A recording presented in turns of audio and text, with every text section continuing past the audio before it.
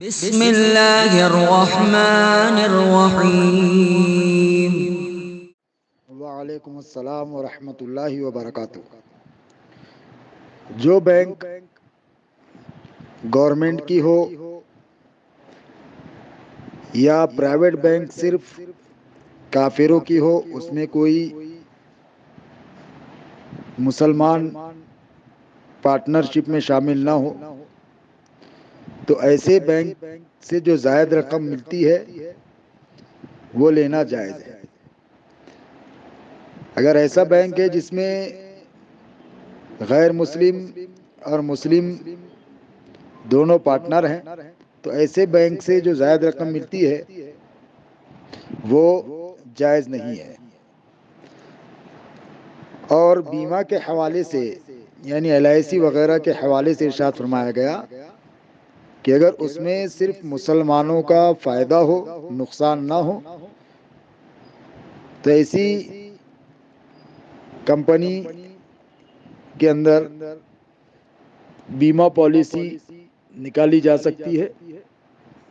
اس میں بھی وہی چیز ہے کہ کمپنی یا تو گورنمنٹ کی ہو یا غیر مسلموں کی ہو۔ اس کے اندر بھی اگر مسلم اور غیر مسلم مل کر پارٹنرشپ میں ایسی کمپنیاں کھولتے ہیں تو ایسی کمپنی میں پالیسی وغیرہ کھولنا جائز نہیں ہے۔ ہاں، صرف گورنمنٹ کی ہے یا صرف کافروں کی ہے تو ایسی کمپنی میں پالیسی کی اجازت ہے، مگر اس میں بھی کچھ شرائط ہے کہ اس کے اندر مسلمان کا صرف فائدہ ہو، نقصان نہ ہو۔ بہت سی پالیسی ایسی ہوتی ہے کہ جس کے اندر نقصان ہوتا ہے، قسطوں میں پیسہ بھرنا ہوتا ہے، کہ اس میں صاف جو ہے ایک اصول یہ لکھا جاتا ہے کہ اگر آپ نے قسطیں نہیں بھری تو اتنے مہینوں تک نہیں بھری تو آپ کی رقم ڈوب جائے گی۔ تو ایسی پالیسی جس کے اندر نفع اور نقصان دونوں کا اندیشہ ہے تو ایسی پالیسی کی اجازت نہیں ہے۔ ایسی پالیسی جس کے اندر صرف نفع ہے، اور وہ بھی ایسی کمپنی جو کہ گورنمنٹ کی ہے یا صرف غیر مسلموں کی، تو اس میں بیمہ پالیسی کھولنے میں حرج نہیں ہے۔ اس کے حوالے سے بینک میں روپیہ جمع کرنے اور اس سے جو زائد ملتا ہے اس کے حوالے سے فقی ملت علیہ رحمہ ارشاد فرماتے ہیں کہ جو بینک کہ مسلمانوں کا ہو یا مسلم اور غیر مسلم کا مشترکہ ہو، تو اس بینک کا نفع شرعاً سود ہے، اس کا لینا حرام اشد حرام، اور ایسے بینک سے نفع لے کر غربا و مساکین کو دینا بھی جائز نہیں۔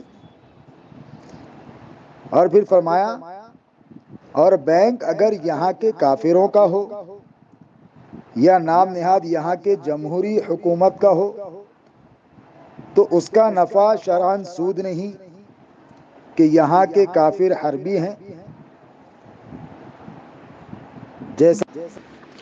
جیسا کہ حدیث پاک میں آیا ہے کہ لا ربا فی بین المسلم والحربی، کہ مسلمان اور حربی کافر کے درمیان سود نہیں۔ لہذا ایسے بینک کا نفع اپنی ضروریات میں بھی خرچ کر سکتے ہیں اور غربا اور مساکین کو دے کر ثواب حاصل کریں تو یہ بھی بہتر ہے۔ اس نفع کو کسی کے سود کہہ دینے سے شریعت کے نزدیک سود نہیں ہو جائے گا۔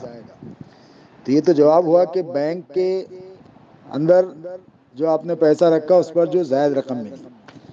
اور بیمہ پالیسی کے حوالے سے صدر الشریعہ علیہ رحمہ نے ارشاد فرمایا، وہ ملاحظہ کریں، آپ سے بیمہ کے حوالے سے سوال ہوا تو آپ فرماتے ہیں فتاوی امجدیہ جلد سوم صفحہ نمبر 239 پر، تو فرمایا کہ زندگی کے بیمے کی یعنی LIC جو آپ نے پوچھا، لائف انشورنس، زندگی کے بیمے کی بہت سی صورتیں ہوتی ہیں، بعض صورتیں وہ ہوتی ہے جس میں نفع نقصان دونوں ہوتے ہیں تو یہ ناجائز ہے، اور بعض صورت ایسی ہوتی ہے کہ نقصان نہیں ہوتا، صرف فائدہ ہی ہوتا ہے، تو یہ بیمہ اگر کفار سے ہو تو جو کچھ زیادہ ملے لینا جائز ہے.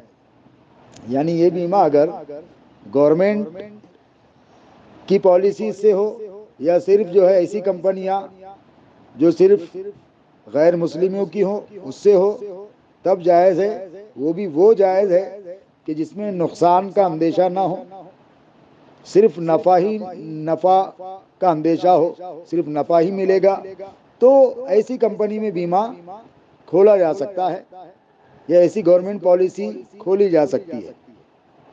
جیسا کہ پہلے بتایا گیا کہ بہت سی پالیسی وہ ہوتی ہے کہ جس کے اندر قسطیں اگر نہ بھریں تو ہمارا وہ پیسہ، ہماری وہ رقم ڈوب جاتی ہے. لہذا اگر ایسی کوئی پالیسی ہو جس میں نفع اور نقصان دونوں کا اندیشہ ہو تو ایسی پالیسی کھولنا جائز نہیں ہے. وہ پالیسی جس کے اندر صرف فائدہ ہو، صرف نفع ہو، ویسی پالیسی کھولنا جائز ہے. وہ بھی کمپنی یا گورنمنٹ کی ہو یا صرف غیر مسلموں کی ہو، مسلم اور غیر مسلم کی مشترکہ نہ ہو. اللہ تبارک و تعالی اور اس کے پیارے رسول صلی اللہ تعالی علیہ وسلم بہتر جاننے والے ہیں.